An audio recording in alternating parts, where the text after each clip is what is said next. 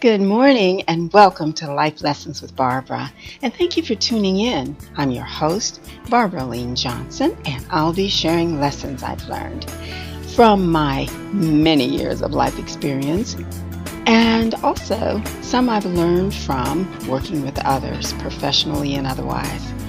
I am the owner of BEJ Associates, LLC, which is a transformational coaching and consulting company. My team and I are specialists in dismantling barriers, obstacles that can stand between you and that life you truly want to live, or the business you want to build, or that masterpiece you want to create. I want to give a quick shout out to Wdrb Media for giving me this fantastic opportunity to spend these few minutes with you.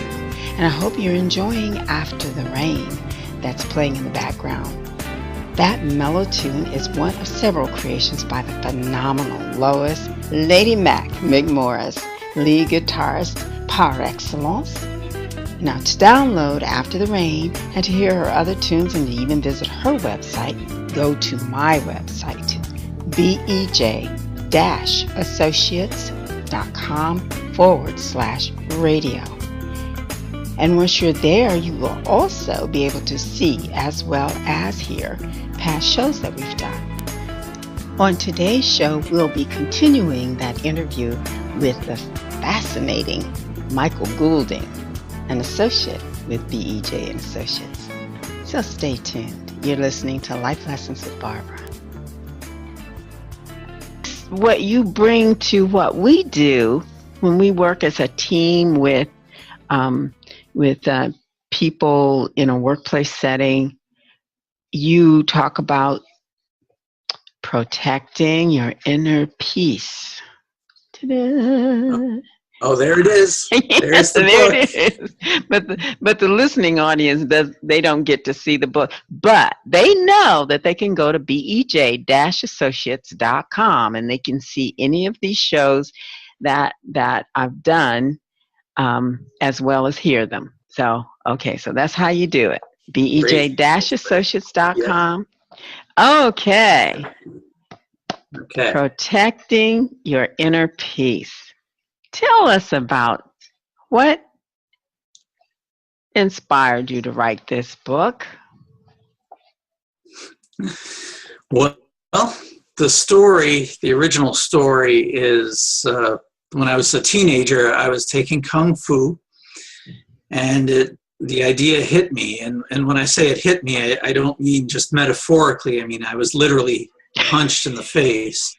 I was doing an exercise of blocking and striking and doing all this stuff and martial arts. And what happened is somebody was doing the exercise and I did not block it. And as a result, the guy kind of just hit me across the face. It wasn't hard, on purpose? It woke me up. Uh-huh. Well, it was an exercise. He wasn't meaning to hurt me. He was just trying to do an exercise. Uh-huh. And my Kung Fu teacher came over and he said, "Whose fault is that?" And when somebody asks you whose fault it is, whose fault is it usually? Yours. It was, yeah. I was like, yeah, it's my fault. And so he explained to me that, within your arm's reach, I'm holding out my arms here. So my arms are shoulder height, and I'm twisting at the waist. I'm forming a circle with my arms. And basically he was explaining that you can't control anything that's beyond that reach of your arms, but once something enters that space, it's up to you to manage it. And that lesson always stuck with me. And it was valuable information when I was learning how to do therapy with other people. Mm-hmm. Because I can't control what other people do. I can only control what I do. Sure. So how did you get from having this realization to writing this book? Okay. Well, eventually I moved on to Aikido. And Aikido is a martial art. It's called the art of peace. And it's called the art of peace because in Aikido, you can still defend yourself, but you don't have to harm the other person in doing that. Yeah. So I wanted to write a book because I'm a martial artist and because I'm a therapist, that maybe there's a way that could be very helpful to people where they could still protect themselves but not harm the people that are close to them. Because it's very easy to do something like hang up the phone if you have someone who called you and they're pestering you about buying something. Mm-hmm. And you don't want that phone call. You can just hang up on that person and there's no consequence for that. But that doesn't work so well if it's your boss or if it's your wife or another family member or something like that. It's a little more complicated. Don't try that. I already have. So you don't need to try that. Yeah. So what I've done is I've come up with ways that you can still protect yourself without having to harm the other person by taking charge of your space and doing what you need to do to feel good about yourself. So when other people attempt to put you down and things like that, you don't have to buy into that. So we all have things to manage in that space. We all have things that we need to take care of. If we cook something, for example, it's probably a good idea that we clean up after ourselves instead of leaving that for somebody else. If we drop something, we should pick it up. We try to keep our problems and our situations to ourselves to a point, like with coworkers and things like that. And then the more special relationships we can share our problems with in that. But we don't want to be the person who's always a burden to other people. And at the same time, we don't want to be a doormat either and take on everybody else's stuff and be manipulated and have our energy drained by doing things that really should be done by other people. So there's this boundaries. Conflict. Yeah. Boundaries, absolutely. There's a lot of boundary talk in this book. Uh-huh. And there's a lot of evidence that talks about that the people who are better at resolving conflict do better in their jobs and in their businesses. Because the issue that holds people back is if they sense that there's a conflict, a lot of times people either avoid it or they handle it so directly and so bluntly that they end up offending people and hurting people, and that just weakens their position. So I offer a third alternative to that, to protect your inner peace without having to harm the other person. Okay. And so when it is a situation like that, when you realize, sometimes people manipulate us or pull our strings and we don't really realize that that's what's happening. But once you realize it, what do you suggest people do in response to that? Is the goal to change the other person's behavior towards you? No, the goal is for you to feel good about yourself and to protect your boundaries, because you can't control what the other person does. Okay. So I will give you an example. Yeah, thank you. Okay, so I use this a lot in my workshops, but say you're having an important dinner.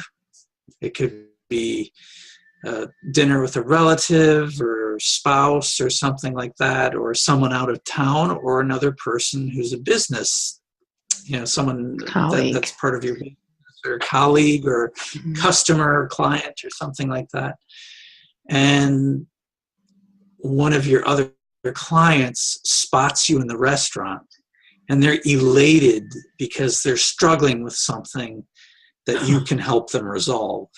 And they make a beeline to your table Mm-hmm. and they start talking about their problem, and they talk about it as if it's this urgent crisis. And as you're listening to them talk, you realize that it's really not a crisis, and this can completely wait. And you have some difficult choices to make at that point. You know, on the one hand, if you're too direct and you're too blunt and you say, hey, can't you see I'm talking to somebody else here? You know, that can really damage your relationship with that I was going to say, not good for business. Not good for business, no. So I wouldn't recommend that one. Okay. And the other one is you can sit there for hours and they're not picking up on any social cues whatsoever, and you're sitting there with your head in your hand. I've seen people do that. They just take it all in like a sponge. They just take it all in like a sponge, and they just wait it out and wait it out. And you could talk to that person for 3 hours, and they still might not be happy with you at the end of that. So you need to do what makes you happy for yourself. Yeah. So you have two things to address. You have your needs of that, dealing with the person who you originally had the meeting with at the table.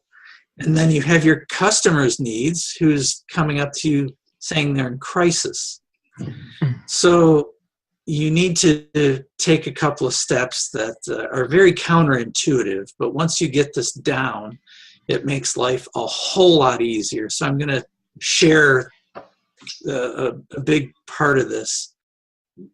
Right, so you have to align with the person first in Aikido. And also in verbal interactions, you have to align with the person first. And the way that you do that is through validation. So let's go back to our person at dinner. Yeah.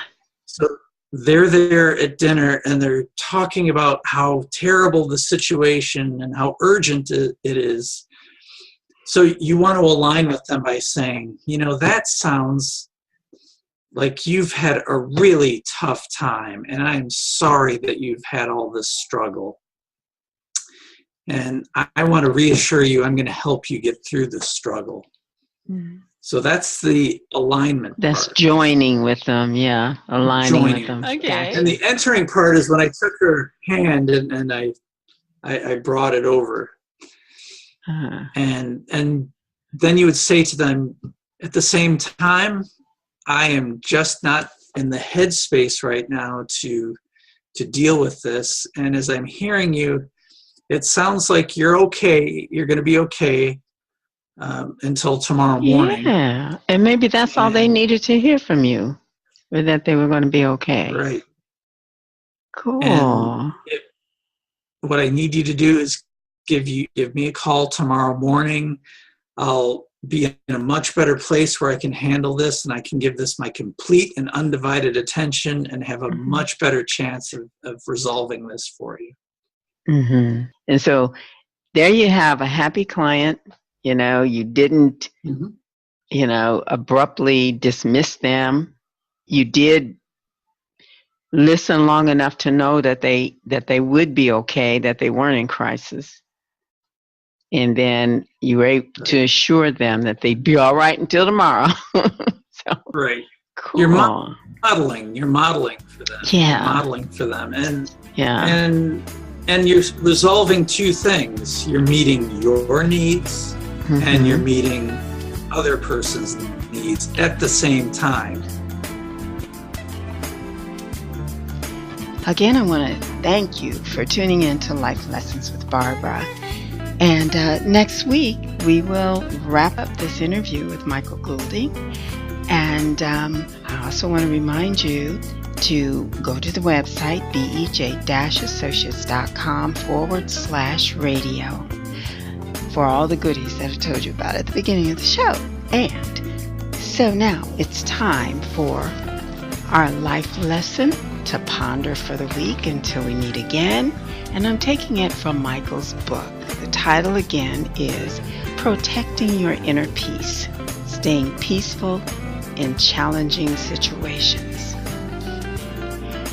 The quote from his book, which will be our life lesson, is, "All life is a manifestation of the Spirit, the manifestation of love, and the art of peace is the purest form of that principle." Have a great week. Namaste.